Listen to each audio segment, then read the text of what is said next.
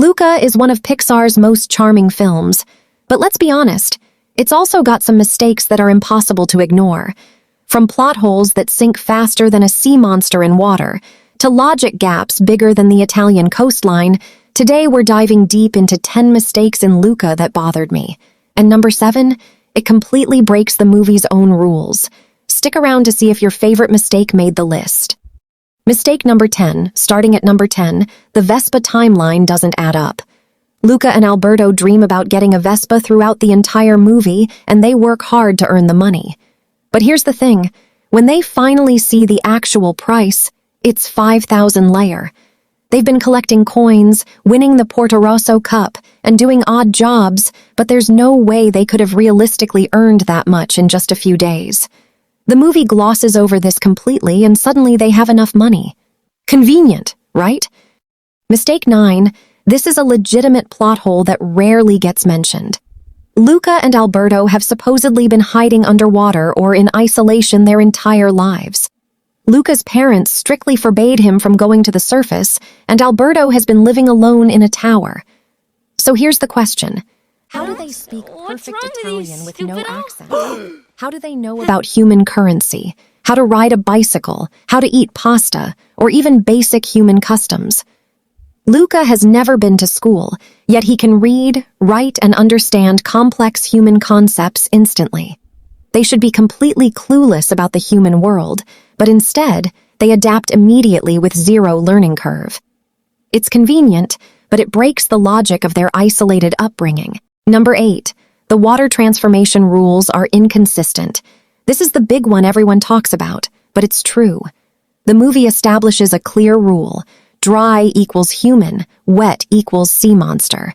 But the execution is all over the place. Sometimes a single drop of rain triggers a full transformation. Other times, during the Porto Rosso Cup race, they are literally splashed with massive buckets of water, and nothing happens until the plot demands it.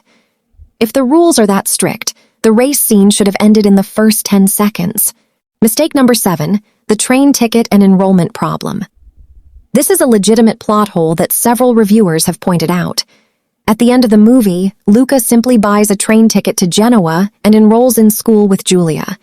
But think about this. Luca has no identification, no birth certificate, no academic records, and no proof of age. He's literally never existed in the human world before. In Italy, or anywhere, you can't just walk up to a train station, buy a ticket to another city, and instantly enroll in school. There's paperwork, registration, age verification, and residency requirements. The movie completely ignores how bureaucracy actually works. Mistake number 6. The NPC Ice Cream Kid glitch. If you pay attention to the background of Porto Rosso, there is a random kid who is constantly eating ice cream. He appears in multiple scenes, in different locations, always doing the exact same thing. But here's the mistake. He never reacts to anything. When Ercole is causing chaos, when sea monsters are revealed, this kid just keeps eating.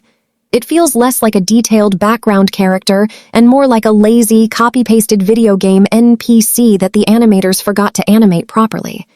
Mistake number 5. The copy-paste cat design.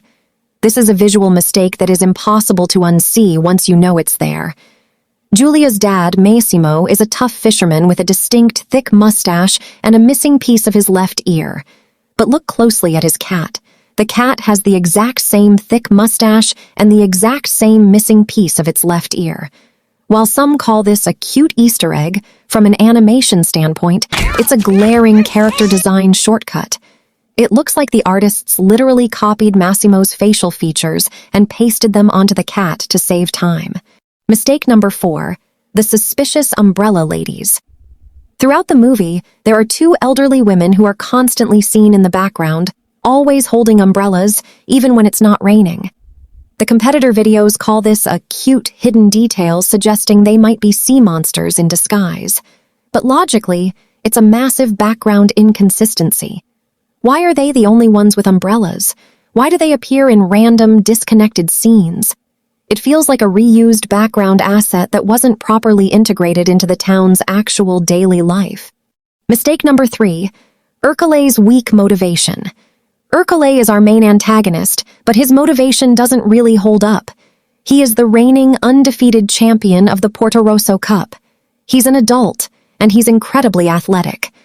Why is he so genuinely threatened by two random kids who have never even raced before? Instead of just easily beating them, he acts like his entire legacy is on the line. A champion of his caliber should be confident, not desperate to sabotage children.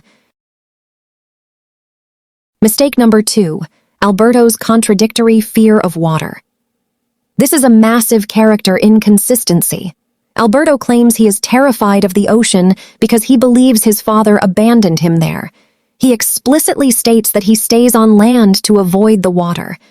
Yet, throughout the movie, who is the one constantly pushing Luca to jump off massive, terrifying cliffs into the deep ocean for fun? It's Alberto. He casually dives into the water multiple times a day without a second thought. If he is genuinely traumatized, his behavior makes absolutely no sense. Mistake number 1, the age and school plot hole. This is the biggest, most undeniable issue in the movie. Luca and Alberto are clearly young, probably around 12 or 13. At the end, Luca decides to go to school in Genoa with Giulia. But Giulia has been attending human school her whole life. Luca has literally never been to a human school, doesn't know the academic system, and has no records. You can't just show up in a new city and instantly join a specific grade level. The movie completely ignores how the education system actually works, making the happy ending feel completely unrealistic. Bonus mistake: the grandma's card game contradiction. And as a quick bonus mistake, let's talk about Luca's grandmother. Early in the movie, she tells a tall tale about how she once beat a human at a card game. Other videos call this a fun, hidden detail, but logically, it's a massive plot hole. The movie establishes that sea monsters instantly transform when wet, and humans are terrified of them. So, how did a sea monster sit at a human card table, hold human playing cards, and interact in a human tavern without getting wet, transforming, or being caught? It completely breaks the biological and societal rules the movie spends 90 minutes building. So those are my 10 biggest mistakes in Luca. I still absolutely love this movie, but these logic gaps are impossible to ignore. Did I miss any? Or do you disagree with my number 1 pick? Let me know down in the comments. If you enjoyed this breakdown, please smash that like button and subscribe to Lifestyle TV for more movie secrets. Thanks for watching, and I'll see you in the next video.